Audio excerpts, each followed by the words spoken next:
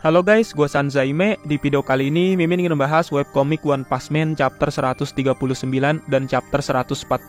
Jujur aja ya, setelah Mimin kembali membaca webcomicnya, Mimin merasa webcomic ini sangatlah spesial, yang dimana plotnya lebih padat gitulah dibandingkan manganya. Jadi kalau dibilang mah unsur komedinya sedikit dan lebih ke konflik yang lebih serius. Nah, kondisi dunia OPM di versi webcomic juga saat ini semakin kacau dan gawat. Oh iya, sebelum memulai ke video, lebih baik kalian like dulu, karena pernah ada yang bilang kenapa views segini 1000 like aja susah dapet. Dan setelah Mimin lihat, lah iya juga ya, apalagi video dulu sebelum hiatus 10 bulan yang lalu, viewsnya ada yang di bawah video sekarang, tapi entah kenapa like-nya lebih banyak. Tapi mungkin dengan begini, semoga videonya bisa lebih banyak menjangkau banyak audiens. Dan urusan subscribe mah terserah kalian lah, yang penting saat ini like dulu aja.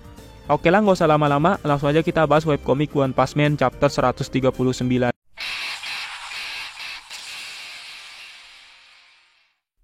Oke, di awal chapter kita di sini melihat ada seorang pahlawan kelas A peringkat 5 bernama Heavy Tank yang sedang kesusahan melawan monster berbentuk zebra. Di tempat itu juga ada banyak orang yang sedang menonton pertarungan antara mereka berdua dan merasa cemas dengan keadaan saat ini. Bahkan karena sudah saking tidak percayanya dengan asosiasi pahlawan, banyak orang yang menanyakan di mana New Hero. Monster zebra ini juga memiliki bencana level iblis, tapi tetap aja pahlawan kelas A ini masih tidak mampu mengalahkan monsternya.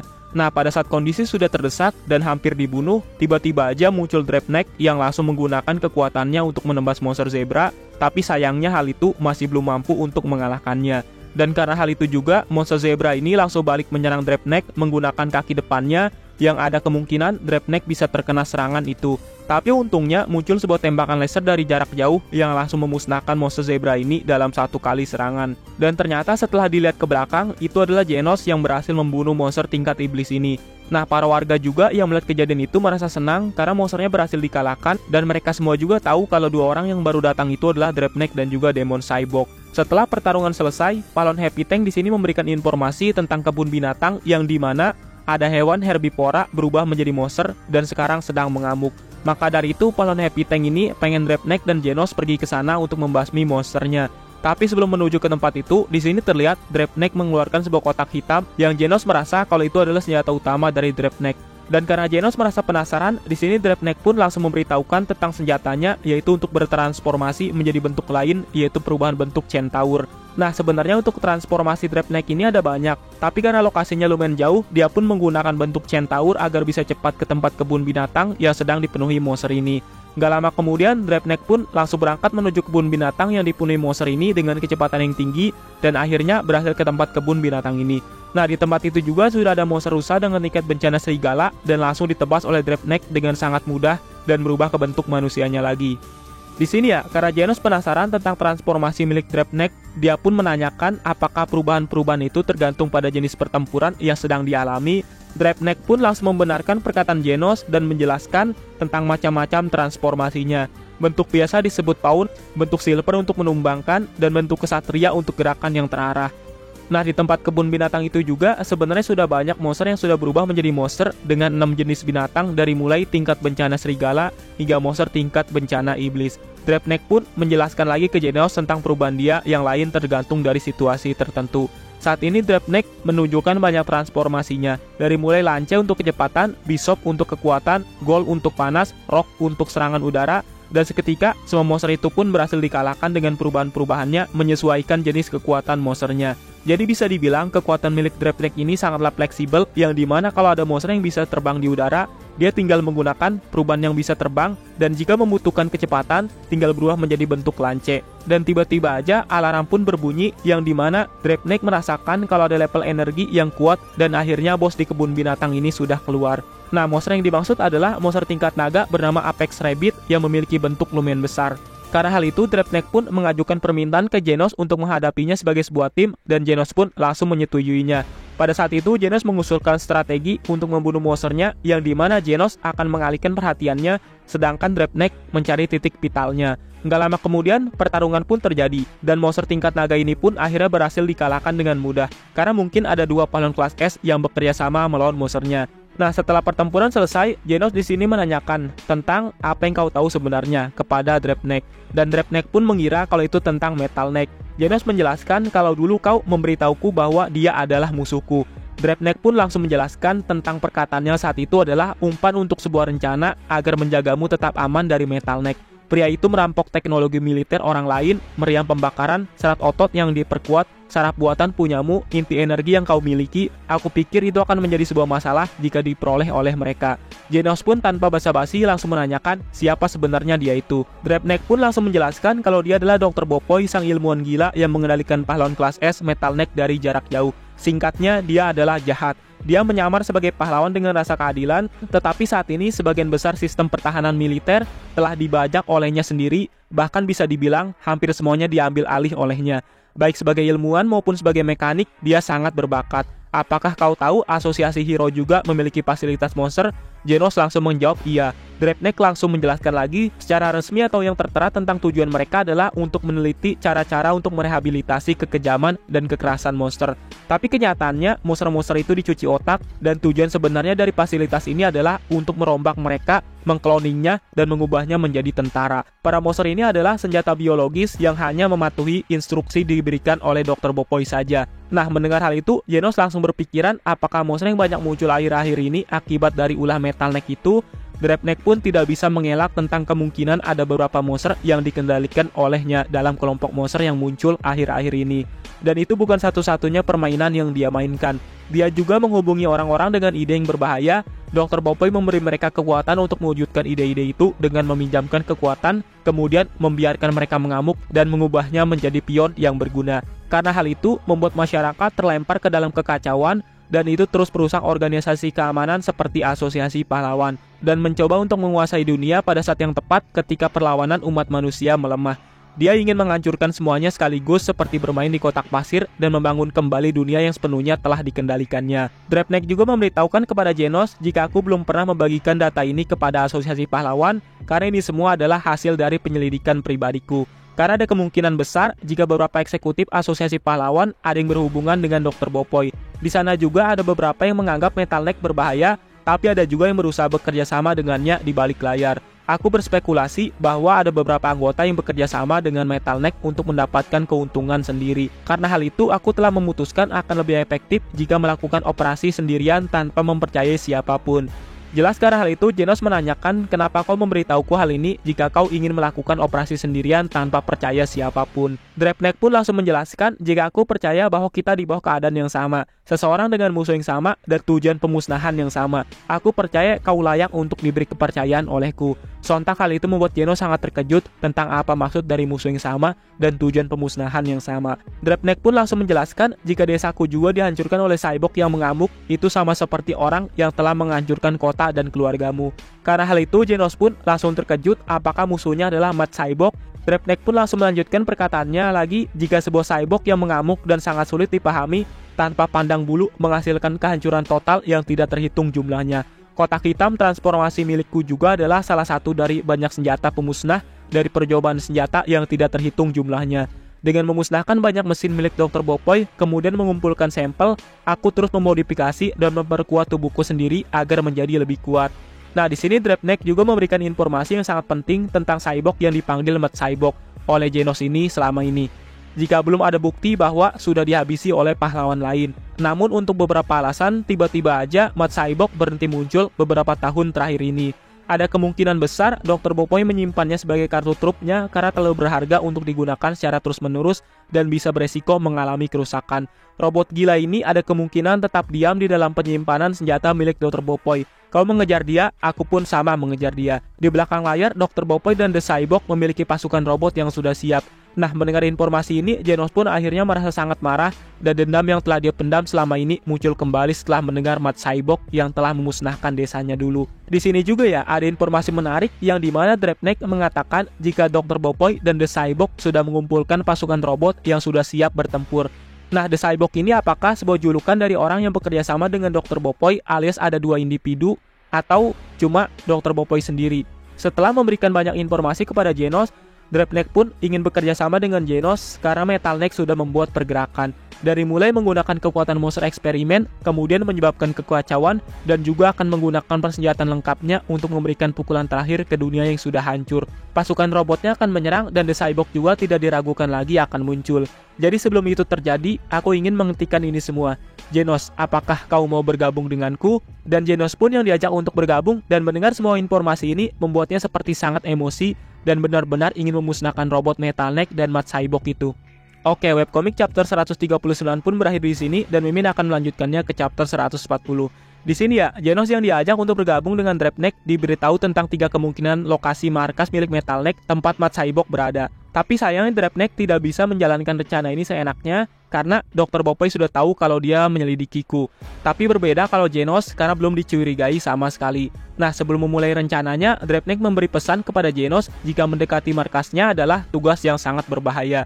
Jika kau bertemu musuh di sana, itu bisa membawamu ke pertempuran skala besar dan menjadi pertempuran antara para pahlawan kelas S. Kau harusnya sepenuhnya sudah siap untuk pertarungan. Aku juga telah mendengar bahwa Tatsumaki dan Placiplace menandatangani misi terpisah. Aku pikir itu terjadi karena trik dari Dr. Bopoi. Sejak mereka berdua tidak bisa melakukan pergerakan, kitalah yang harus menghancurkan Metal Neck. Tapi walaupun begitu, kita juga memiliki keuntungan, yaitu kemunculan New Hero adalah sesuatu yang tidak terprediksi olehnya. Jika bukan karena usaha mereka, ketertiban umum di semua kota akan jatuh ke dalam kekacauan sekarang. Kita akan membiarkan New Hero mengurus monster sementara kita menggunakan kekuatan kita untuk mengalahkannya. Nah, pada saat memberikan nasihat, Draftneck pun tiba-tiba di sini langsung memberhentikan omongannya karena melihat ekspresi Genos seperti orang yang sangat kebingungan. Genos pun menjelaskan kalau informasi yang datang barusan itu terlalu cepat bagi diriku.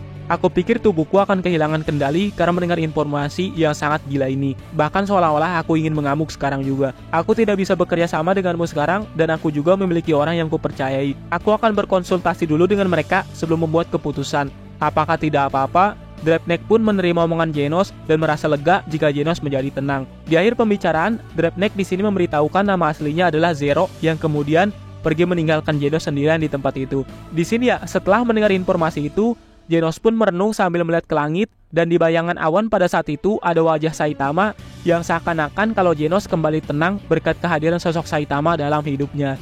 Nggak lama berlalu, tiba-tiba aja muncul Saitama yang akhirnya bertemu dengan Genos. Di sini terlihat mereka berdua seperti sedang berlari ke suatu tempat dengan terburu-buru. Nah, dari percakapan mereka berdua ketika berlari, ternyata ya setelah mendapatkan informasi dari Draftneck, Genos pun langsung menghubungi Saitama untuk meluangkan waktunya bertemu dengan Dr. Kuseno. Saitama pun bilang kalau itu tidak apa-apa karena aku juga ingin bertemu dengan dokter yang sudah mengubahmu menjadi robot.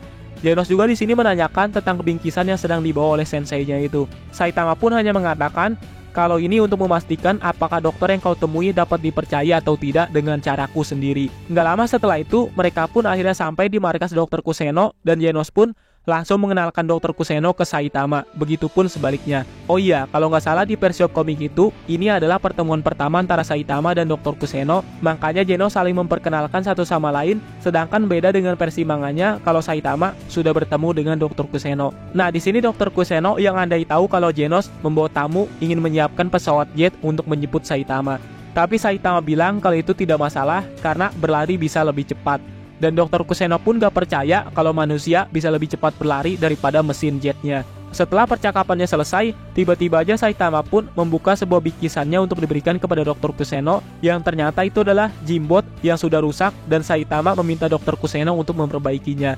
Nggak lama kemudian, Jimbot milik Saitama pun berhasil diperbaiki oleh Dr. Kuseno dan Saitama pun langsung bilang kepada Genos kalau Dr. Kuseno adalah orang yang bisa dipercaya.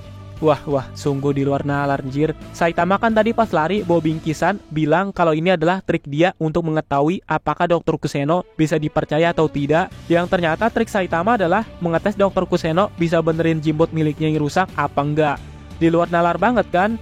Nah, setelah Saitama bisa mempercayai Dr. Kuseno, mereka berdua pun saling bersalaman dan sudah akrab begitu aja. Yang dimana Dr. Kuseno sudah banyak tahu tentang Saitama karena mendengar dari Genos. Sebaliknya Saitama juga berterima kasih atas kerja keras Dr. Kuseno yang sudah memperbaiki Genos. Dan setelah perkenalan selesai, Dr. Kuseno pun menanyakan apa tujuan dari Genos mengumpulkan kami berdua hari ini. Genos pun menjawab jika akhirnya aku memperoleh petunjuk yang akan membawa kita kepada Mad Cyborg, yang ternyata di balik ini semua adalah pahlawan kelas S Metal Neck. Mendengar hal itu, Dr. Kuseno pun langsung terkejut dan merasa jika meminta bantuan kepada asosiasi pahlawan adalah sesuatu yang buruk karena Metal Neck juga bagian dari asosiasi pahlawan. Kemudian Saitama pun bertanya apa yang ingin kau lakukan. Genos pun menjawab kalau aku ingin bertanya kepada opini kalian tentang masalah ini. Untuk sesaat juga aku sangat marah sampai-sampai hampir lupa siapa diriku. Tapi kemudian aku melihat wajah mengambang di awan milik Saitama Sensei dan aku merasa amarahku menjadi terkuras. Saitama pun tiba-tiba aja mengeluarkan idenya jika Genos curiga kepada Metal Neck ini, kenapa tidak langsung bertanya padanya. Jelas hal itu membuat seisi ruangan menjadi hening karena ide konyol milik Saitama. Setelah keheningan berlalu, Dr. Kuseno langsung mengatakan tidak setuju. Genos juga menambahkan jika Metal Neck tahu kita menyelidikinya, bisa saja dia bersembunyi. Yang terbaik sekarang adalah berasumsi bahwa di pertemuan selanjutnya akan menjadi pertarungan. Saitama juga di sini mengajukan lagi kepada Genos, bagaimana kalau aku yang bertarung untukmu. Seketika itu membuat Genos terdiam dan kemudian menjawab dengan emosinya, jika ini adalah pertarunganku, aku tidak akan melepaskannya. Jelas hal itu membuat Saitama tidak bisa berkata apa-apa lagi. Kemudian Dr. Kuseno juga menyuruh Genos untuk tenang karena balas dendam bisa membuat seorang pria menjadi suram. Saitama hanya khawatir kalau kau akan berubah menjadi iblis pendendam dan tidak menjadi cyborg yang mengagumkan lagi. Lalu dengan konyolnya, Saitama malah bilang kalau alasannya bukanlah itu.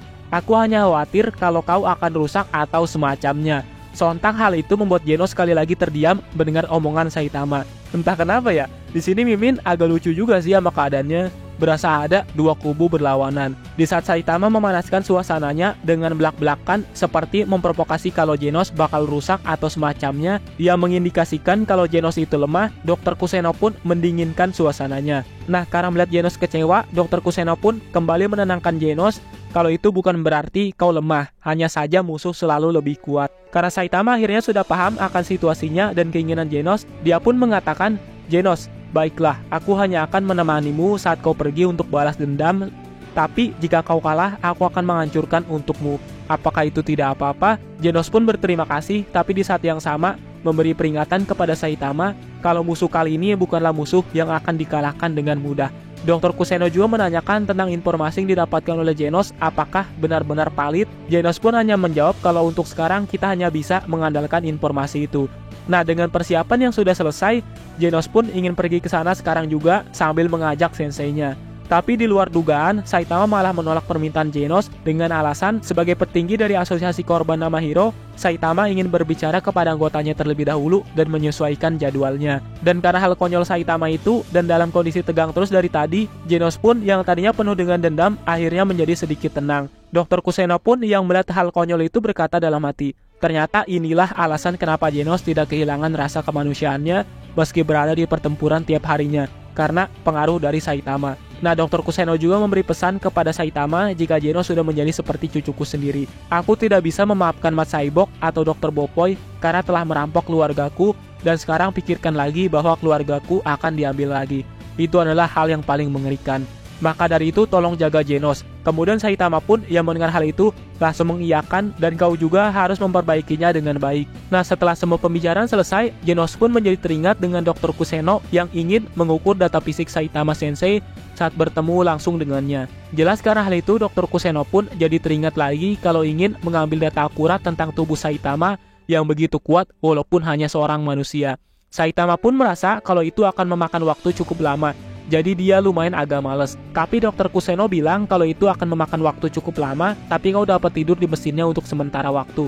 Saitama pun di sini lagi-lagi kembali menolaknya, tapi setelah Dr. Kuseno mempersiapkan beberapa barbeque untuk dimakan bersama, membuat Saitama pun menjadi senang dan kemudian mereka pun makan barbeque bersama. Dan gak lama setelah pesta barbeque selesai, Saitama pun langsung diuji tes fisik di sebuah mesin milik Dr. Kuseno, yang berarti Saitama ini benar-benar gampang banget dihasutnya hanya dengan daging. Nah, ketika Saitama sedang tertidur ketika melakukan pemeriksaan fisik, tiba-tiba di markas Dr. Kuseno muncul sebuah robot dengan jumlah yang lumayan banyak. Dan setelah itu waktu pun berlalu yang akhirnya Saitama pun terbangun dari pemeriksaan fisiknya. Dan setelah Saitama bangun, ternyata kondisi sudah sangat kacau dengan banyak sisa-sisa, mesin hancur berserakan, bahkan ada juga darah yang menempel di lantai. Yang ternyata itu adalah darah milik Dr. Kuseno yang sudah sekarat sambil dipegangin oleh Genos. Oke, sebelum mengakhiri video ini, Mimin mau berterima kasih kepada... bentar. Kayaknya nggak ada yang ngasih support Saweria deh. Ya udahlah kalau gitu mah videonya selesai di sini aja. Oke lah, Mimin akhir aja video ini. Terima kasih sudah menonton video ini. Salam Sanzaime.